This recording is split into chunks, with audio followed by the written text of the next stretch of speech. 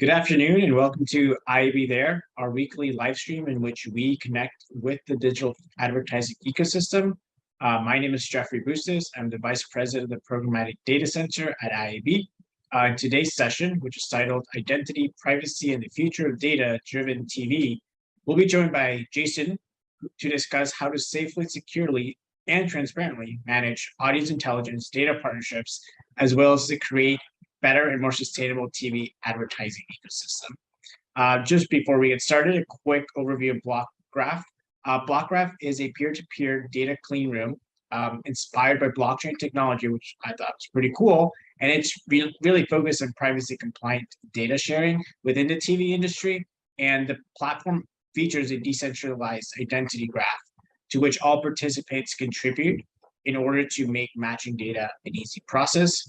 With us today, as I mentioned, we have Jason, who is the CEO and founder of Blockgraph, the technology company making the future of privacy-focused and, as I mentioned before, data-driven TV advertising possible. Welcome, Jason. Hey, Jeffrey, good to be here. Excited to speak to you today.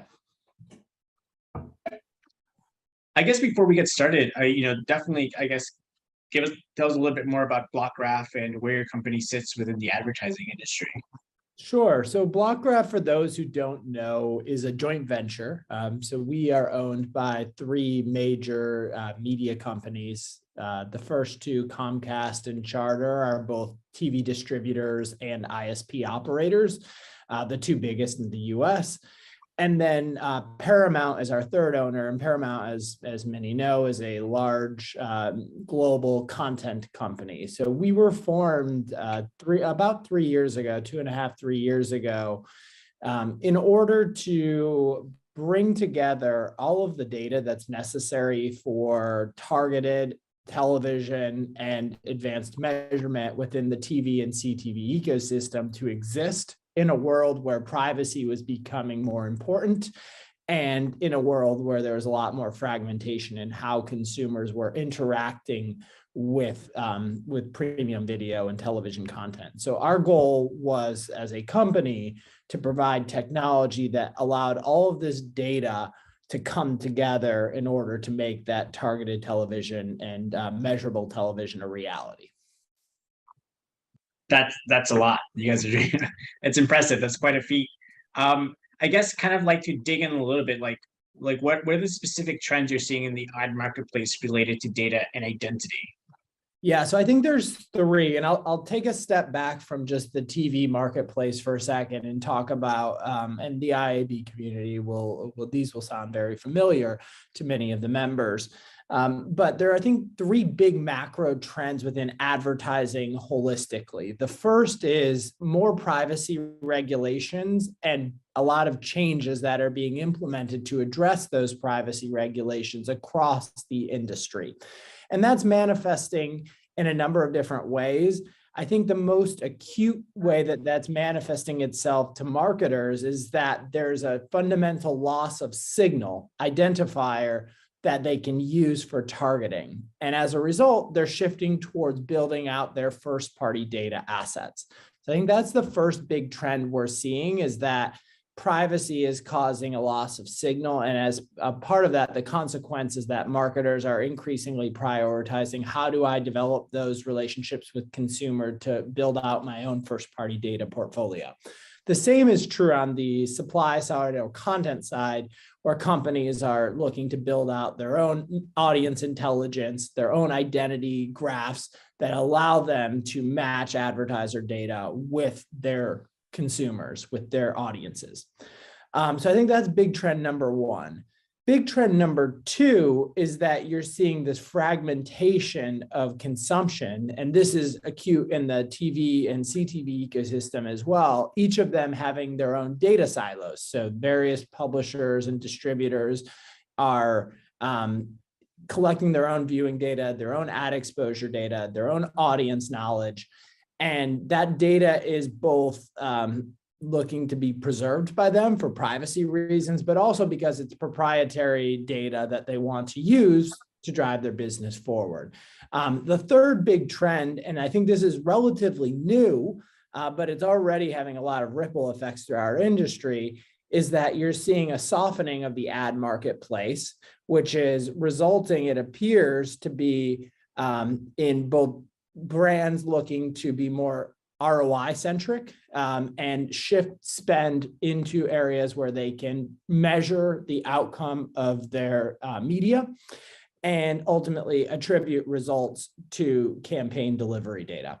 So I think those three big trends are really manifesting itself throughout the industry. To summarize that, it's less data available, harder to use, and more important to use at the same time. So it sounds like a gloomy picture, but there's a lot of reason to be optimistic as well. No, yeah, definitely. Well, it's exciting that you guys, are helping moving the industry forward. And I guess kind of like in that lens from a privacy legislation, privacy and, first control, I guess wanted to ask, how are you enabling the future of data-driven TV across all convergent TV platforms via Block? So I said there's some reason to be optimistic, and I think TV and CTV is a marketplace that I'm actually extremely bullish about, and here's why. The first is that while there is this fragmentation of viewing in terms of how consumers are interacting, which apps on CTV, which streaming services, the free ad-supported streaming, or traditional linear, which is still the lion's share of viewing by minutes. There's this fragmentation of viewing, but the reality is all of that content delivery goes over two methods. The first is linear, either via cable or set-top box, cable set-top box / satellite, or it's going over IP, broadband. That delivery data can be anchored to a household by the operators who actually have those consumer relationships. And that's why we're really bullish and why we focus the first year and a half, 2 years of our business in building scaled distribution, is that these ISPs that are kind of also TV MVPDs, their total subscribers are already vast and they've been growing over the last few years. So if you think about the likes of a Comcast, the likes of a Charter, they're not only the pipeline into the home for TV data, which many people will think of them as, but they also have that direct relationship with the consumer and the household when they're broadband only distributors. And as a result, they have the ability to tie data together to the household as long as you can ensure that their consumer data is being protected, which we can get into how we do that in a moment. But ultimately, if you can ensure that their data is not being shared, that it's being used in pseudonymized or anonymized fashions, depending on the use cases and the partners, then you can unlock this really rich identity asset for the industry. And unlike digital platforms, which are kind of favoring themselves in many ways, what we're seeing is a more collaborative approach in terms of how these distributors, how these operators are looking to enable publishers and how they're looking to enable brands and advertisers in terms of reaching their audiences and measuring the outcome. So our role isn't to own that data. We don't buy any data. We don't sell it. We don't, in many ways, touch it, but we give software that allows these identity owners to enable their partners in a controlled, compliant fashion. So that's really our role, is to bring together with the most accurate identity data, all of the outcomes, impressions, and audiences to the household. And that's really the role of Blockgraph, is solving that fragmentation within the connected home. Now, I mentioned two big ones, but we're already at a point where we have 72 million households across Comcast, Charter, and a number of other distributor partners, TV ISPs, TV distributors. So it's a vast network. And then we've partnered with other identity partners who can kind of fill those gaps beyond those 72 million households, have built out a rich content ecosystem and advertising seller ecosystem and brand as well. So we're really building a network of data owners that want to work together in order to reach their audiences across all convergent TV endpoints. It's very impressive. I guess I definitely want to take a step back and kind of understand, like, I guess for our viewers, like how are linear TV and CTV the same, but also different within the broader TV ecosystem, and like where does Blockgraph play? Yeah, but it's a great question. And I think it can be confusing for a lot of people, and even some of us who are knee deep in this industry and have been for quite some time. But I think the way I like to think about it is you really have to look at the supply chain and the distribution of content to consumers, and start with the consumer and then work backwards from there. So linear television, it's tended to be historically distributed by MVPDs, and linear television. That means that those MVPDs who have the relationship, who deliver the content, they have the viewing data, and they also have the audience data because they send the bill every month. Now, CTV is slightly different in that you have distribution. It's over IP to begin with, which is the ISP that I mentioned earlier, but then you have apps where the viewing data is actually being captured, whether those apps are streaming SVOD or AVOD with an authentication, or where we're seeing a lot of the ad impression data today, which is in these unauthenticated free ad streaming TV platforms, the likes of the Zumos, the Tubies, the Plutos of the world. And in that world, they have viewing data, they have impression data, but in many cases, they don't have first-party identity data. So where we come in is we help them work with partners in this ecosystem who can give them a better signal for targeting, as long as there's an appropriate relationship in place. But then we also, on the flip side, help bring together those impressions so that advertisers have the ability to get deduped insights across linear and CTV so that they can better plan and optimize their campaigns. In order to do that, though, there's a variety of data controls, privacy that's necessary. So the players are, in many cases, the same, but the data ownership is a little bit more fragmented now that we've gone into this multi-screen world. And that's where identity becomes important, to tie all those data pieces together. Yeah, I mean, it's definitely an issue. I guess, let's say I want to set up a clean room, with BotCloud. What data infrastructure do I need to set up? Like, what is the prerequisite data infrastructure I need to have to even set up a data clean room? Yeah, so there's a couple of points. The first is that we've taken a very flexible, agnostic approach in terms of an interoperable approach in terms of how brands or agencies or publishers or distributors are able to work together. From an identity perspective, because we're focused in the TV world, if someone wants to connect their ID graph into the Blockgraph ecosystem, it's really about having household and authenticated household data that allows them to establish a Blockgraph identifier. In terms of whether that's kind of mailing, subscriber list, or other data pieces, that's really a household level element. But not every person in the network is an identity participant. Many of them just have a list of signals that they want to target with distributors. Those could be emails, those could be other identifiers, IPs, et cetera.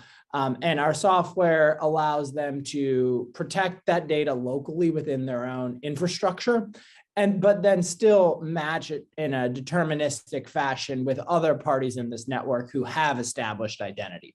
So it's really about having some level of household data. You either need segments, outcomes, or impressions. And then there's the identity piece, which I hit on earlier. Those are the three pieces of data that any of those, if you have that, then our system can kind of support the connectivity with other partners. And we're a very, as you said earlier, Jeffrey, a decentralized solution in that we don't ask them to just dump this in a common SaaS platform. We've created software that allows them to keep their data where they want it in their own cloud infrastructure, but run our software so they can connect with other companies who've done the same thing on their side. So it's really a peer-to-peer network of data owners who want to work together for targeted TV or measurable TV. That's awesome. I mean, I love the decentralized aspect of this data clean room. It's definitely very innovative, and I think it's definitely what a lot of people want to see. You've touched a lot on privacy, and I think it's really important. And I think the term data clean room is thrown around a lot. I definitely wanted to kind of dig into like what privacy controls does Blockgraph have in place that allow users to enable those data insights while also anonymizing user data. Yeah, so that's a really tough question, but an important question to kind of work through. And the way we've tended to approach this question when we get asked it is that we take a very collaborative approach, and we think that the best way to preserve consumer privacy is that you work with companies who have direct relationships with consumers first and foremost. And then you get all of those parties to agree to a common set of principles. So anyone who's joining our network is agreeing to a common set of principles in terms of this is how I'm going to capture the data. This is how I'm going to ensure its validity, how I'm going to make sure that I'm managing all of the compliance elements of that data. So everyone in our network has agreed to that code of conduct, so to speak. That's, I think, table stakes. It's really important, and a lot of people fall down here, but we see that as table stakes. We're only bringing in trusted companies to this peer-to-peer network.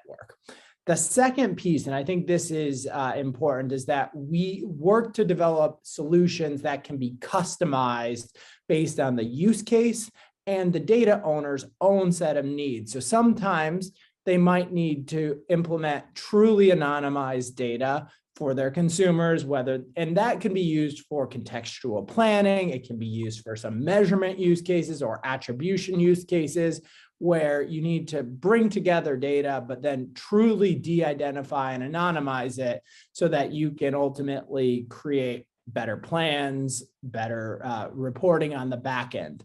And that's I think, one kind of set of tools that they could use, and we've applied technology, which I'll get into in the third piece.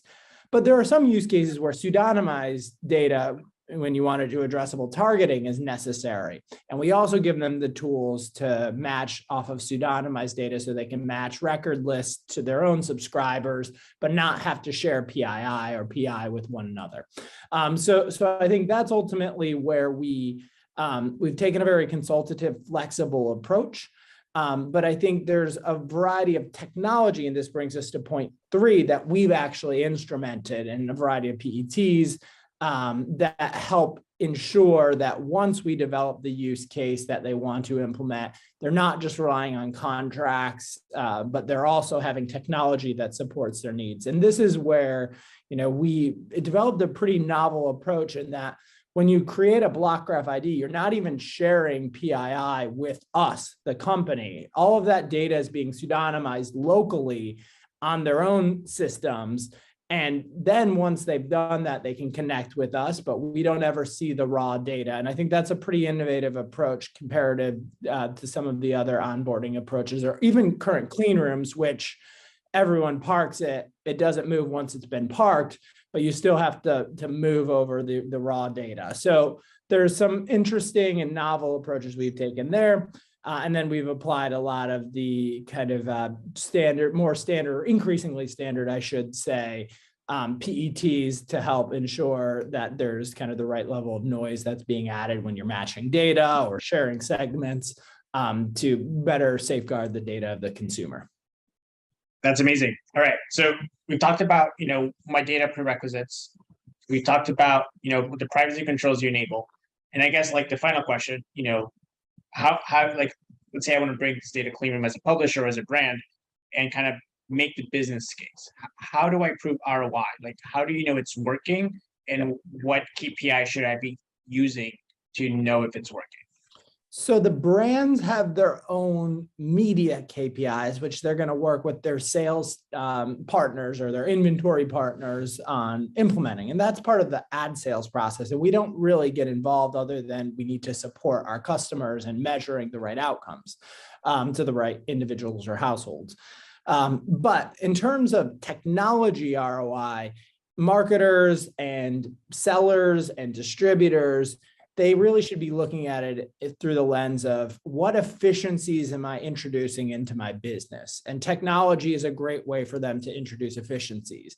I think by being able to match data more directly with their partners without having to go through an intermediary and have technology that supports direct matching of list and customer data, that creates a lot of operational efficiencies, which will thus reduce costs for them. So I think the reduction of costs for onboarding, for matching, for connectivity is a real and meaningful improvement. And that manifests both directly through cost savings, but also indirectly through operational improvements that they're able to instrument as they've automated a lot of that matching and connectivity process with their partners.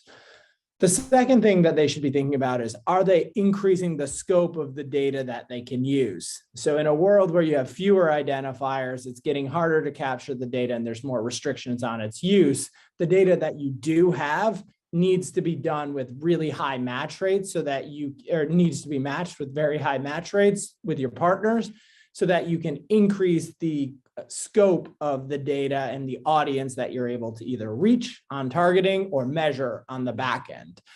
So I think having a better match rate and being able to prove that out is, I think, a very meaningful way as well to increase the scale and scope of their data that they have.